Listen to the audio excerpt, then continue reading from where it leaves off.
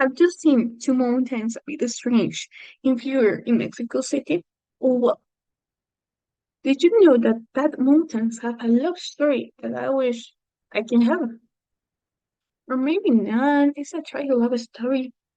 Well, that doesn't matter. Maybe you're asking who I am.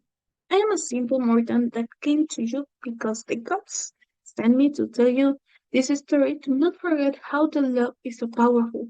And remember that during these times, love still exists. Well, this story reminds to so many years ago. But really ago. It was a princess called Iztaccíhuatl. She fell in love with the warrior of his father named Popocatépetl. The king realized about the relationship between these lovers, so he sent Popocatépetl to the war. I think why the people are so bad. I mean, why it was so difficult to accept that relationship. Well, that is not my own. Continue with the story. He promised to both that if he won the war and defeat the enemies, he will accept the relationship and allow to get them married. In this part of the story, it's relevant to mention that communication and being patient is so important. If I were them in that position, I would wait a little bit more. So, at the end, gossip reached the princess. Her lover was dead. She could think he shouldn't be dead, but at the end, because of that terrible sadness, he died. Time passed, and Popocatépetl was back to the victorious. Um, he won the war, but a terrible notice was waiting for him. He went to the mountains to pray the cause of Beat. Of course, my gods are so good. So they took pity of them and decided to turn Iztaccíhuatl into an inactive volcano, while they turned Popocatépetl into an active one, and that will watch over its beloved through the centuries. So that's why you show love in a huge way, with the heart of all. Just remember that love still exists. The origin of La Catrina has roots in Mexico folklore, but exact origin is unknown.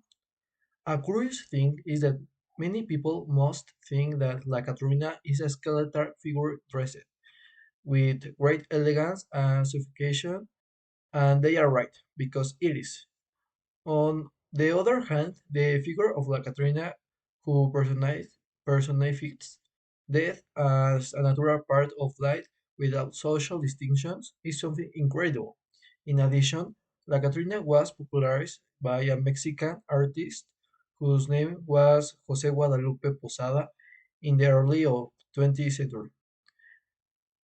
And there is a metaphor that may not be very well known, but is a clear reference to this legend, and the metaphor is her smile is a porcelain mask hiding the inexorable truth of her nature.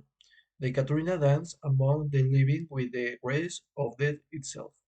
Finally, La Katrina is an iconic figure that encapsulates the Mexican attitude towards death, which is celebrated as an integral part of life, not something to be feared. And personally, I like this legend because I find it very interesting. And something I would like to say is that if I had been born early, I would have lived this tradition better. Thanks. The legend of Kiss Alley happened at the time when the Spanish were in Mexican territory. This legend happened in Guanajuato, and everything started with a family that used to live in an alley of this town.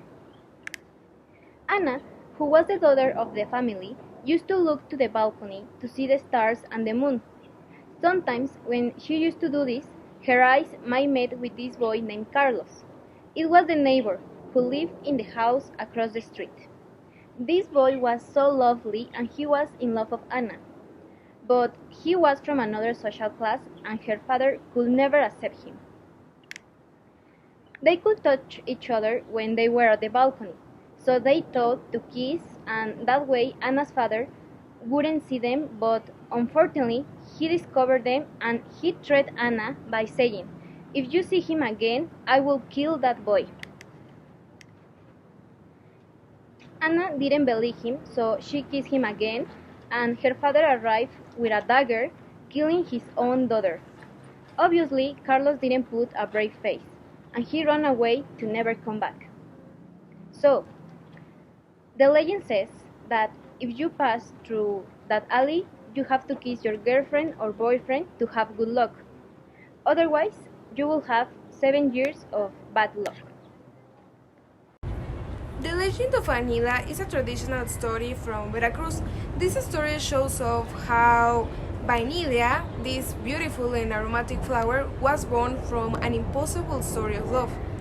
There was a young woman that was so beautiful, and at one moment she was making an offering to a Mesoamerican figure, and at that moment she met a young man with whom she fell in love at first sight.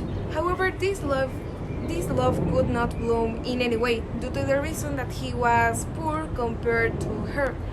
The fact that they were so in love meant that their social differences were not an obstacle to settle this love.